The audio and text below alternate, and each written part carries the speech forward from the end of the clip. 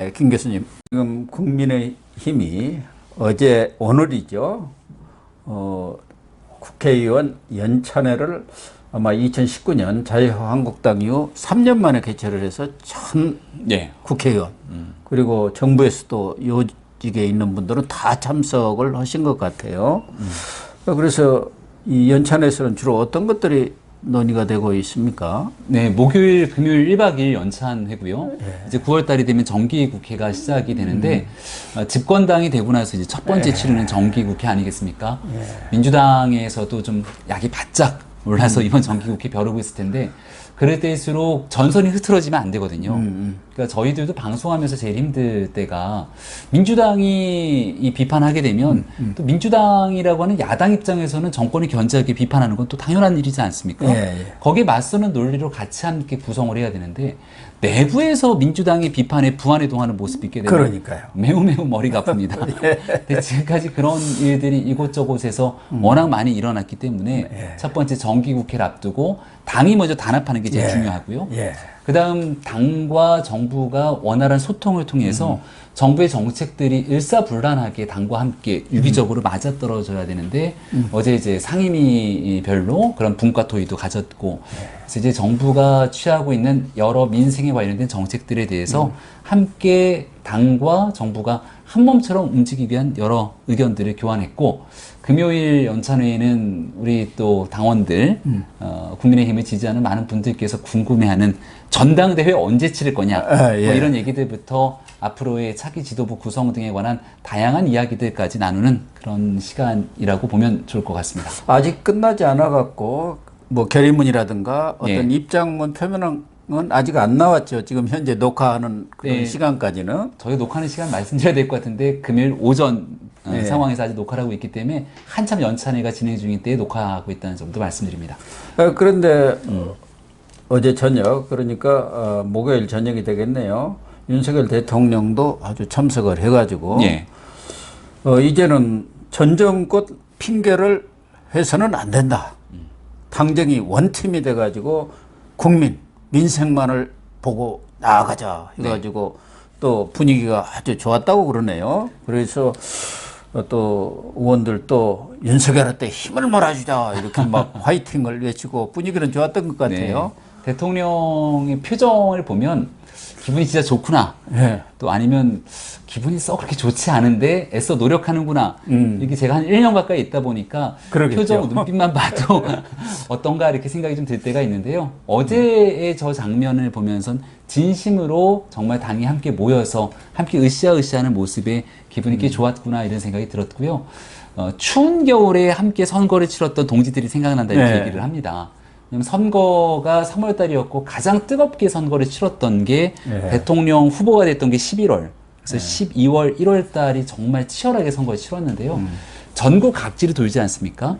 그럼 윤 대통령이 갖고 있는 가장 특강점은 각 지역 가서 선거운동을 하고 그 저녁 때는 피곤하잖아요. 피곤하더라도 그 지역에 있는 국회의원들 또 당협위원장들과 함께 될 수 있으면 가능한 소통의 시간들을 많이 가졌거든요.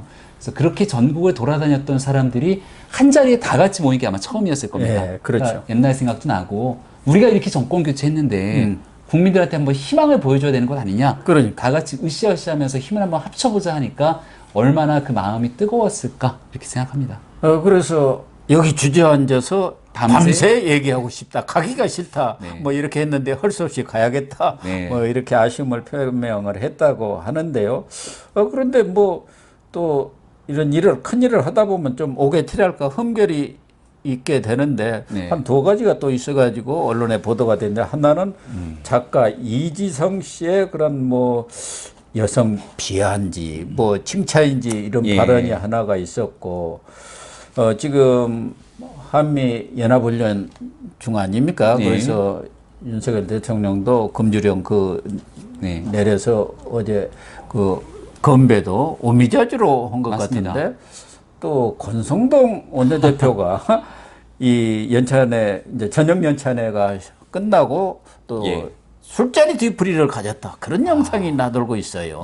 그 뒤에 있는 얘기부터 하면 이제 이렇게 좀 술병에다가 노래까지 부르는 영상들이 회자가 돼서 국민의힘 아직 정신 못 차린 거 아니냐 이런 얘기들이 나오고 있지 않습니까? 특히나 이제 지난 수해 현장에 갔을 때 주호영 비상대책위원장이 수해 현장 속에선 사진도 찍지 말고 진짜 조심해라 말 한마디도 했는데 김성원 의원의 발언 때문에 국민의힘이 얼마나 문매를 맞았습니까? 그렇죠. 여기도 마찬가지로 술 없는 연찬회를 가지겠다 했는데 뒤에 그 영상이 공개되니까 이 내용을 지켜보고 있는 많은 분들께서 도대체 이래서 해야 되겠는가 라는 얘기들 비판 주시는 점들을 좀 정말 뼈아프게 새겨야겠다 생각이 들고요.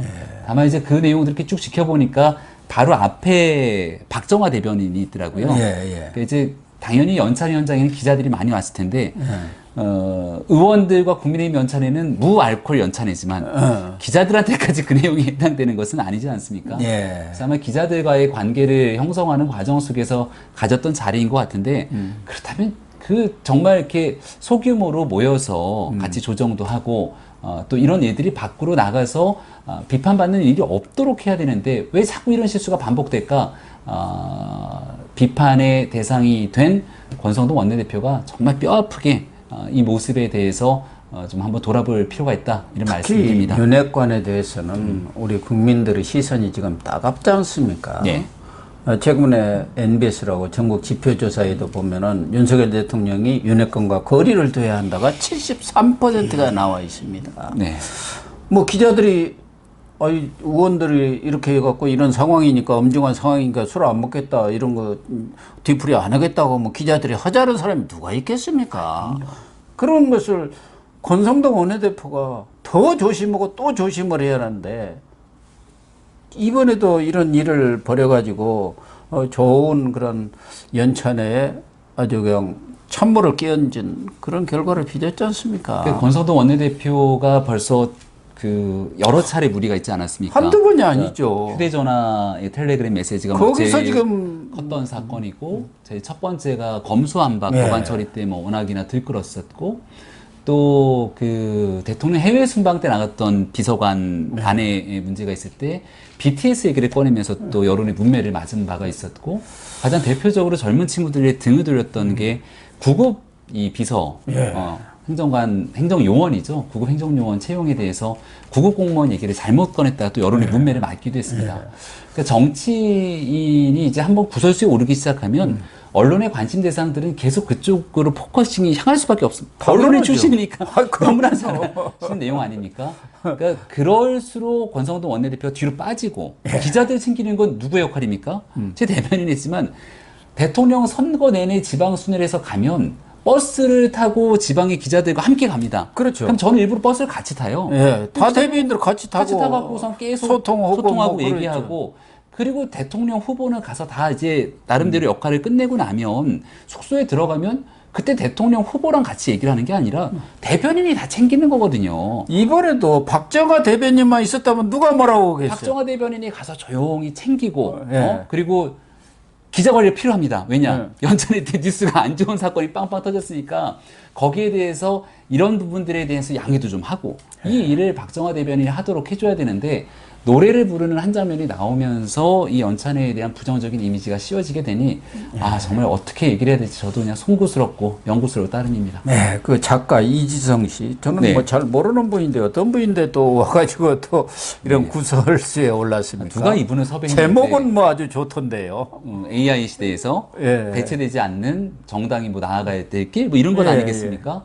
그 내용이 좀 집중해서 4차 산업혁명 시대에 세상이 변하고 있는데 이 정당은 어떻게 무너지지 않고 그럼 존속될 수 있을 것인가 이런 얘기들을 좀 해야 되는데 당구 선수로 워낙 유명한 그 당구 연신이라 불렸던 차유람 씨의 남편인 거죠. 근데 와서 아내 자랑을 좀 하고 싶었던 모양인지 그 쓸데없이 여성 정치인들을 끄집어내고 또 김건희 여사까지 끄집어내면서 여성의 외모 품평을 하듯이 본인의 아내까지 언급을 하게 되고 그 이전에 국민의힘이라는 정당을 바라보면서 할아버지 정당이라는 얘기를 합니다.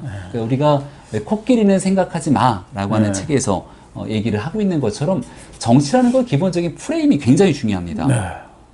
국민의힘이라고 하는 정당이 이준석 전 대표 평가 요즘 많이 박하지만 30대 당대표까지 만들어낸 젊은 정당이에요. 그렇죠. 네. 지금은 많이 바뀌었죠. 이미지도 바뀌고. 오히려 할아버지 정당. 너무 젊은 사람을 만들어 갖고 뭐 사달이 나서 이게 되겠냐라는 얘기가 나올 정도의 젊은 정당입니다. 네. 차유람 씨가 영입됐을 때의 이야기를 두고 하는 건데 그때 당대표가 이준석 전 대표였어요. 네. 그때 갑자기 무슨 할아버지 정당의 이미지를 벗어내기 위해서 필요하다 당신이 이 앞뒤가 맞지가 않는 얘기들이었고요.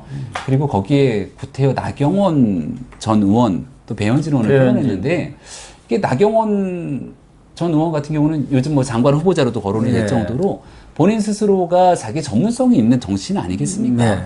그러니까 그러면서 이제 나중에 문제가 되니까 갑자기 한동훈 장관까지 끌어들여서 아니, 한동훈 장관도 외모가 좋다 이렇게 얘기를 하지만 잘생기고 스타일리시한 한동훈 장관의 모습보다 국민들은 민주당의 의원들과 논리를 바탕으로 따박따박 맞서서 확실하게 대립각을 세우는 한동훈 장관의 실력에 대해서 평가하는 거지 않습니까? 그럼요. 거기에 속 시원하게 생각도 이걸 또 하는 외모로 거죠. 갖다 얘기하게 되니까 앞뒤가 안 맞는데 기본적으로 와야 될 자리를 좀 잘못 찾아온 것이 아닌가 싶고 이 또한 저도 국민의힘의 일원이기 때문에 이런 일들로 연찬회에서 정말 좀 숙고하고 쇄신하고 통합하는 모습을 보여드려야 되는데 매우 아쉽고 안타깝다, 송구하다는 말씀드립니다. 네. 저도 좀 안타깝게 생각을 하고요. 다음은 당내 문제에 대해서 좀 얘기를 나누도록 하겠습니다. 우선 아까 전당대회에 대해서 뭐 말씀이 있었는데 지금 전당대회 시기를 놓고도 내년 1월 말 또 2월 초 또 뭐 일부에서는 연내 그러니까 뭐 정기 국회 끝나고 8월라든가 아니면 국정감사 끝나고 하자는 두 안이 지금 있지 않습니까? 오늘 연찬에서 이 부분에 대해서 의원들의 의견들이 이제 나올 텐데 그걸 바탕으로 해서 결정은 비상대책위에서 결정을 하겠지만 뭐 의원들의 의견이 가장 중요하지 그럼요. 않겠습니까? 지금 당내에서는 전체적인 분위기는 어떻습니까? 당내에서는 좀 이 비상대책위원회 임시지도부가 길게 가는 거에 대해서는 명분이 없다. 이런 여론이 하나 있고요. 두 번째는 정기국회가 9월 달에 이제 곧 시작하는데 정기국회 한복판에 전당대회 치르는 건 무리가 있다. 그건 이건 좀 기본적으로 있죠. 통용이 되는 것 같습니다. 근데 이제 우리가 생각했을 때 그 애당초에는 9월 말 10월 초 그래서 조기 전대 얘기도 나왔는데 이건 일단 100% 불가능이거든요. 이유는 전당대회를 지금 민주당도 전당대회에 지겨울 정도로 전당대회 뉴스들이 나오는데요. 한 2달 정도는 최소 시간이 필요합니다. 그러니까 공고 후보자 모집 공고를 내고 그때부터 예비 경선해서 그렇죠. 많은 사람들 컷오프 시키고 남은 사람들로 경선을 하면서 전국을 돌고 이 기간이 아무리 짧아야 2달은 걸리거든요. 2달이죠, 2달. 그러면 지금 당장 내일 공보문을 벽에 붙인다고 하더라도 실질적으로 불가능하죠. 치르는 거는 11월 달로 넘어가게 되는 거니까 불가능하고요. 그럼 이제 정기국회가 9월, 10월 정도가 지나고 나면 일단은 국정감사 등이 끝나서 예산국회로 넘어가게 되는데 그런 부분들을 고려해서 역순으로 따져보면 한 12월 정도에 만약 전대를 치르게 되면 한 10월 정도의 공고를 내서 10월, 11월, 12월 이 한 2-3달 정도의 이제 레이스가 펼쳐지게 되는 게 통상적인 과정이 아닐까 생각이 되고 일각에서는 한 1월 정도에서 이준석 전 대표 징계 다 끝나니까 한판 붙자 나와서 깔끔하게 끝내자 이렇게 얘기하시는 분들도 있는 것 같은데 저도 처음에는 그것도 좋은 아니다 생각했는데 보니까 후보자 등록할 때는 1월에 전대를 치르더라도 이미 2달 전 정도의 공고를 내니까 그때는 이미 징계 상황이어서 실제로 불가능하거든요. 그러네요. 그러면 비대위를 뭐 한 내년 3월까지 갈 수도 없는 노릇이어서 그렇죠. 결국 좁혀지게 되는 건 한 12월 정도로 좁혀지는 게 아닌가 이렇게 생각이 됩니다.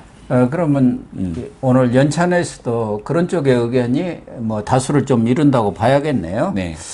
다음은 가장 지금 혈안이 되고 있는 게 이준석 전 대표의 뭐 속된 말로 좀 분탕질이랄까 지금 막말 그건 시리즈를 펼치고 있는데 어느 경우든 지금 일각에서 나오고 있는 것은 윤리가 저렇게 해당 행위를 한 부분에 대해서 추가 징계를 해야 하는 것 아니냐는 얘기 하나하고 또 하나는 경찰 수사는 어떻게 되어가는 건지 언제부터 수사를 했는데 아직까지도 꽁거먹은 소식이에요. 네. 경찰 수사하면 또 뭐 이준석 대표는 무슨 수사를 두고 공정한해 등에 대한 언급을 하니까. 거기 무슨 누가 네. 개입을 했다고 또 뭐 그러니까요. 이야기를 네. 하고 있잖아요. 그러니까 저희 같은 사람들은 뭐 그런 얘기들에 좀 말을 아끼는 게 좋겠다. 저는 일단 이런 생각을 갖고 있고요. 근데 중요한 건 선거 한복판에 일어났던 일입니다. 대통령 선거 한복판에 가서 각서를 써준 일. 이건 아무리 상식적으로 생각을 해도 일어나기 어려운 일이라고 저는 보거든요. 그래서 뭐 합리적인 수준에서 경찰의 수사들이 이루어질 것이라고 생각하고, 수사와 별개로 이제 윤리위원회에서 아예 그냥 더 강경 징계를 때려야 된다 이렇게 얘기하시는 분들도 계시고, 뭐 각종 해법들이 지금 쏟아져 나오고 있는데, 아무튼 제가 생각하는 제1의 해법은 뉴스에 더 이상 등장하지 않는 것이 가장 중요하다. 저는 이렇게 생각을 합니다. 그래서 지금 현재 국면에서 이전 대표가 쓸 수 있는 카드들이 거의 다 소진돼서 없거든요. 비단 주머니 좋아하잖아요. 예. 예. 비단 주머니가 다 소진이 됐나요? 비단 주머니가 이제 그러나 뭐 좌파 언론들이랄까 네. 진보 쪽 뭐 그런 쪽에서는 지금 아주 때만 났지 않습니까? 계속 부추기면서 나오고 또 이준석이도 언론 매체에 대해서 어떻게 활용을 해야 하는지에 대해서는 거의 달인 경지에 있지 않습니까? 그러나 저는 이제 대한민국 국민들께서 보고 있는 또 너무 한쪽으로 기울어져서 과도한 주장을 펼칠 때 오히려 그 피해를 입는 사람에 대한 연민의 정을 느끼게 되는 그런 정서가 저는 있다고 생각을 합니다. 그러니까 이전 대표가 처음에는 본인이 피해자인 것처럼 막 움직였던 적들이 있지 않습니까? 근데 가만히 생각해 보면 아니 성상납 의혹 플러스 7억 원 각서 때문에 징계를 받았는데 아니 본인이 징계를 이것 때문에 받았는데 본인이 뭔가 거대 권력에 의한 희생이고 피해를 입은 것처럼 막 움직이고 돌아다니는데 이런 프레임이 조성이 될 것 같은 분위기가 연출됐던 때가 있습니다. 네. 근데 시간이 지나고 나서 그게 아니라 갑자기 기자회견을 열고 대통령에 의해서 직격탄을 날렸는데 그 직격탄을 날린 내용들을 하나둘씩 꼼꼼히 뒤집고 살펴보니까 이게 진짜 정부와 국민을 위해서 하는 얘기인가? 본인한테 제기되는 의혹을 회피하면서 수사가 들어가고 수사를 통한 기소 재판이 가더라도 아 이거 정치 탄압에 대한 성격이야 라고 프레이밍을 짓기 위한 것인가 이렇게 지켜보게 되면 78,000원 이재명 의원 김혜경 씨가 하는 게 너무 비슷하잖아요. 네, 무슨 78,000원입니까? 갔다가 그 최고 공무원이 다 정말 자기 그 어려운 상황 속에서 공익제보 했고 5급 배모 씨가 막 갖다 얘기했던 거 다 드러나고 집에 배달하고 막 대리처방 받고 하지 않았습니까? 그때 78,000원 아무것도 아닌 건데 정치 탄압하는 것처럼 프레임을 짓고 규정하는 것 국민들이 이제 다 알거든요. 그래서 결국은 너무 오랫동안 노출돼서 막 이걸 갖고 정치적으로 활용하려 손 치더라도 결국은 현명한 국민들께서 판단할 것이라 믿기 때문에 여기에 대해서는 정상적인 정도를 찾아갈 거라고 다시 한번 생각하고 말씀드립니다. 이번에 국민의힘이 지금 연찬회를 개최하는 것도 결국은 이제 정기국회 대책도 있습니다만은 당 내용을 수습하고 어쨌든 국정 동력을 확보하기 위해서는 국민들의 지지, 민심의 지원이 없이는 안 되니까요. 그거 그럼요. 이제 드러나는 게 지지율 반등 아니겠습니까? 지지율인데 네. 최근에 윤석열 대통령의 지지율이 뭐 24%까지도 떨어진 적이 있었습니다만은 네. 최근 여론조사로 보면은 거의 30%를 회복을 했어요. 예. 그래도 이것까지는 좀 부족하지 않습니까? 어떻게 그럼요. 해야 지지율을 올릴 겁니까? 지지율을 올려야 네. 윤석열 정부도 힘을 받아가지고 지금 생각하고 있는 여러 개혁 조치랄까 쇄신 조치들을 취해 나갈 텐데. 일단은 추석이 이제 한 2주 남았나요? 예, 추석 추석 밥상에- 밥상 민심이 매우 중요합니다. 예, 그렇습니다. 그래서 추석 밥상 민심에서 지금보다는 지금 갤럽 여론조사 같은 경우는 아직 30%를 넘지 네. 못하고 있는 최악의 상황인데요. 뚫고 올라가서 뭐 30% 중후반대까지 확 치고 올라가야 되고 리얼미터 조사나 뭐 MBS 조사 등에서 30% 이상 올라간 조사들이 있는데 여기선 30% 후반 40%까지 쫙 땡겨낼 필요가 있다 이런 얘기를 드리고 거기 핵심에는 결국은 민생 국민들이 있게 되는 거죠. 그러니까 지금 고물가 고금리 그리고 이제 부동산의 정상화되는 과정 속에서 이 모든 것들이 맞물려서 국민들께서 큰 고통을 겪고 있지 않습니까? 사실 지난 문재인 정부에서 부동산 때문에 그렇게 말도 안 되는 정책들을 펼치지 않았더라면 국민들이 특히 젊은 사람들이 정부의 말을 못 믿으니까 정권 말에 가갖고 다 대출 땡겨서 영끌 투자한 거 아닙니까? 근데 그 영끌 투자했던 사람들 입장에선 금리는 솟구치지, 매물 내놔도 거래는 안 되지, 샀던 집값은 떨어지지. 그러니까 얼마나 원망스럽고 힘들겠습니까?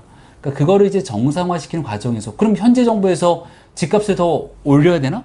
말이 안 되잖아요. 하향 안정화되는 측면들을 가져가기 위한 노력들을 쭉 꾸준하게 하고 있고 부동산이 그래도 국민들에게 새로운 희망을 줄 수 있게 누구나 노력하면 내 집을 살 수 있도록 하기 위한 부동산 공급 대책을 내어놓은 다음에 이게 부동산 값을 들썩이지 않도록 안정적인 관리를 하고 있는 과정이라 봅니다.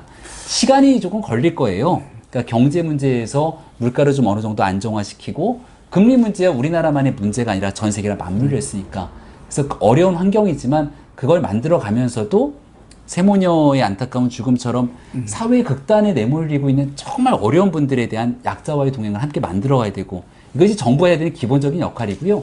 지지율을 올리는 거는 이런 거시적인 일들보다 국민들이 싫어하는 일을 하지 말아야 됩니다. 이게 저는 이게 핵심이에요. 늘 지지율의 부정에 제일 1위를 차지하는 것이 인사 문제입니다. 인사. 네. 그래서 이제 지금 국민들께서 지난주 일요일에 소폭 소폭 개편이라고 하기보다는 그냥 보강 정도가 맞겠네요. 예, 보완을 좀 홍보 수석 김은혜 수석을 넣었고 그리고 정책 기획 수석을 한 명 넣었으니까 그러니까 인적 개편보다는 인적 보강인데 그 와중에 지금 내부를 다 들여다보고 있는 것 아니겠습니까? 그렇죠. 스크린을 지금 하고 제가 있는 이렇게 쭉 보기에는 굉장히 좀 어찌 보면 짧은 시간 동안 인적 구성들만 마무리 짓느라 원래 이제 선거가 끝나면 끝난 멤버들이 인수위를 통해서 인수위 대통령실로 쭉 이어져야 되는데 그 중간에 인수위 때 안철수 위원장이 이제 들어오지 않습니까? 같이 뭐 공동 운영 등 배려가 있었기 때문에 인수위 때 슬기롭게 이어지는 부분들이 좀 한계가 있었던 건 사실인 것 같아요. 그리고 인수위가 끝나서 다시 그 멤버 그대로 대통령실로 이어지는 과정에서도 약간 혼선들이 좀 있었던 것 같고 그리고 이제 대통령실을 안정화를 시켜야 되는데 시작에 제일 큰 어려움이 있었던 게 청와대를 나와서 용산으로 이전하니까 엄청난 변화들이 있지 않았습니까? 그리고 뭘 좀 해보려고 할 때 대통령 지지율이 막 빠지기 시작하니까 혼선의 과정이 있었고요. 그래서 지금 면밀히 한 명 한 명을 다 들여다보고 진짜 일할 수 있는 사람이냐, 어떻게 들어온 거냐. 그래서 일할 수 있는 대통령실을 위한 최적의 팀을 만들기 위한 고민들이 있는 것 같아서 아마 머지않는 시간 내에 여기에 대해 국민들께 큰 신뢰를 줄 수 있는 개편을 폭을 높이고 제일 중요한 게요. 두 사람. 교육부 장관, 보건복지부 장관. 여기에서 한번 밀리면 진짜 큰일 납니다.